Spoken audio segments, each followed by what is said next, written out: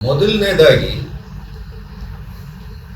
ಎಲ್ಲ ಚಳವಳಿಗೆ ಕರೆ ಕೊಟ್ಟಿರ್ತಕ್ಕಂಥ ಗೆಳೆಯರಿಗೆ ಕಾಂಗ್ರೆಸ್ ಪಕ್ಷದ ಆಡಳಿತ ಹತ್ರ ಇದೆ. ಅವರಿಗೆ ಆಪ್ಷನ್ಸ್ ಕೊಡಬೇಕು. ನೀವು ಇದನ್ನ ಕಟ್ಟುನಿಟ್ಟಾಗಿ ಜಾರಿಗೆ ತರಬೇಕು. ಏನು ಈಗ ಆಗಿರ್ತಕ್ಕಂಥ ಲೋಪನ ಇಲ್ಲದೆ ಇದ್ರೆ ನಾವು ಕರ್ನಾಟಕ ಬಂದಿಗೆ ಹೋಗ್ತೀವಿ ಅಂತ ಒಂದು ಮೆಸೇಜ್ ಕೊಡಬೇಕಾಗಿತ್ತು.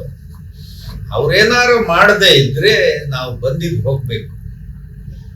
ಈ ದಿಕ್ಕಲ್ಲಿ ಈಗಾಗಲೇ ಬಂದ್ ಕರೆ ಕೊಟ್ಟು ಸಿದ್ಧತೆಯನ್ನ ನಡೆಸ್ತಾ ಇದ್ದಾರೆ.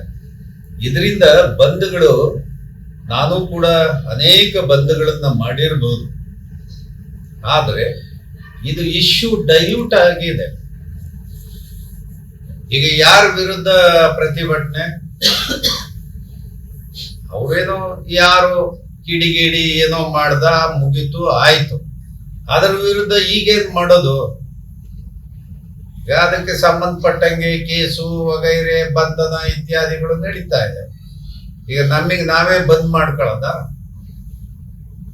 ಹಾಗಾಗಿ ಬಂದ್ ಕರೆ ಕೊಡ್ತಕ್ಕಂಥವ್ರು ಎಲ್ಲರನ್ನ ವಿಶ್ವಾಸಕ್ಕೆ ತಗೊಂಡು ಚರ್ಚೆ ಮಾಡಿ ಬಂದ್ ಅವಶ್ಯಕತೆ ಇದೆಯಾ ಇಲ್ವಾ ಅಂತ ಹೇಳಿ ತೀರ್ಮಾನ ತಗೊಂಡು ಎಲ್ಲರೂ ಸರಿ ತಪ್ಪನು ಆಮೇಲೆ ಎಲ್ಲರ ಒಮ್ಮತದ ಧ್ವನಿ ಆಗಬೇಕಾಗಿತ್ತು.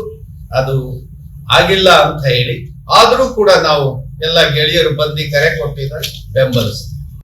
ಮಂಡ್ಯ ಇರ್ಬೋದು, ರಾಮನಗರ ಇರ್ಬೋದು, ಬಾಗಲಕೋಟೆ ಇರ್ಬೋದು, ಜನಕ್ಕೆ ಆ ರೀತಿ ಪದ ಬಳಕೆ ಮಾಡೋದೇ ಮೂರ್ಖತನ. ಈಗ ಇವ್ರದ್ದು ತಕ್ಕೊಂಡ್ರೆ ನೀವ್ ಎಲ್ಲಿಂದ ಬಂದ್ರಪ್ಪ? ನಿಮ್ದು ಬ್ಯಾಕ್ ಗ್ರೌಂಡ್ ಏನು? ನೀವು ಶುರು ಮಾಡಿದ್ದೇನು? ನೀವು ಬ್ಯಾಕ್ ಗ್ರೌಂಡ್, ನಿಮ್ಮ ಗುರು ಯಾರು?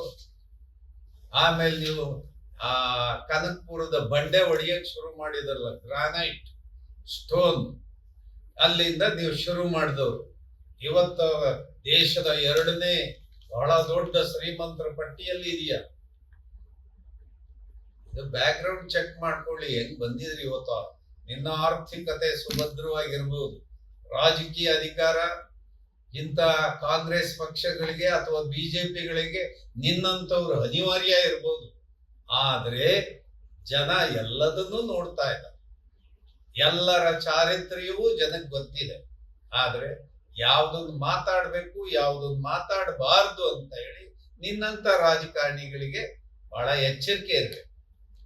ನೈತಿಕತೆ ಇದ್ರೆ ಮಾತಾಡ್ಬೇಕು, ನೈತಿಕತೆ ಇಲ್ಲ ಅಂದ್ರೆ ಸುಮ್ಮನೆ ಇರ್ಬೇಕು.